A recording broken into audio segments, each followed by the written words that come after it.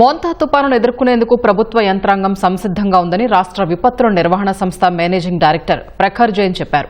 ఇప్పటికే అన్ని శాఖలకు ముఖ్యమంత్రి స్పష్టమైన ఆదేశాలు ఇచ్చినట్లు గుర్తు చేశారు. ప్రజలకు ఇబ్బందులు లేకుండా ఆయా శాఖలకు సీఎం ఇచ్చిన మార్గదర్శకాల ప్రకారం ముందస్తు జాగ్రత్త చర్యలు చేపడుతున్నామన్నారు. అవసరమైన అన్ని జిల్లాల్లోనూ ఎన్డీఆర్ఎఫ్, ఎస్డీఆర్ఎఫ్ బలగాల్ని మోహరిస్తున్నట్లు చెప్పారు. ప్రభుత్వం తరపున మన చీఫ్ మినిస్టర్ సార్ లీడర్షిప్లో దీనిపైన రివ్యూ మీటింగ్స్ జరిగినాయి.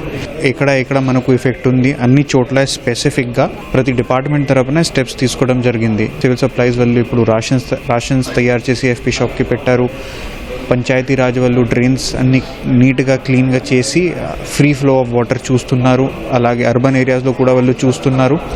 మన తరపున ఎస్టీఎంఏ తరపున అవి అన్ని అలర్ట్స్, అడ్వైజరీస్ కూడా రొటీన్గా వెళ్తున్నాయి. ఎన్డీఆర్ఎఫ్, ఎస్టీఆర్ఎఫ్ పొజిషన్ చేయడం కూడా జరిగింది.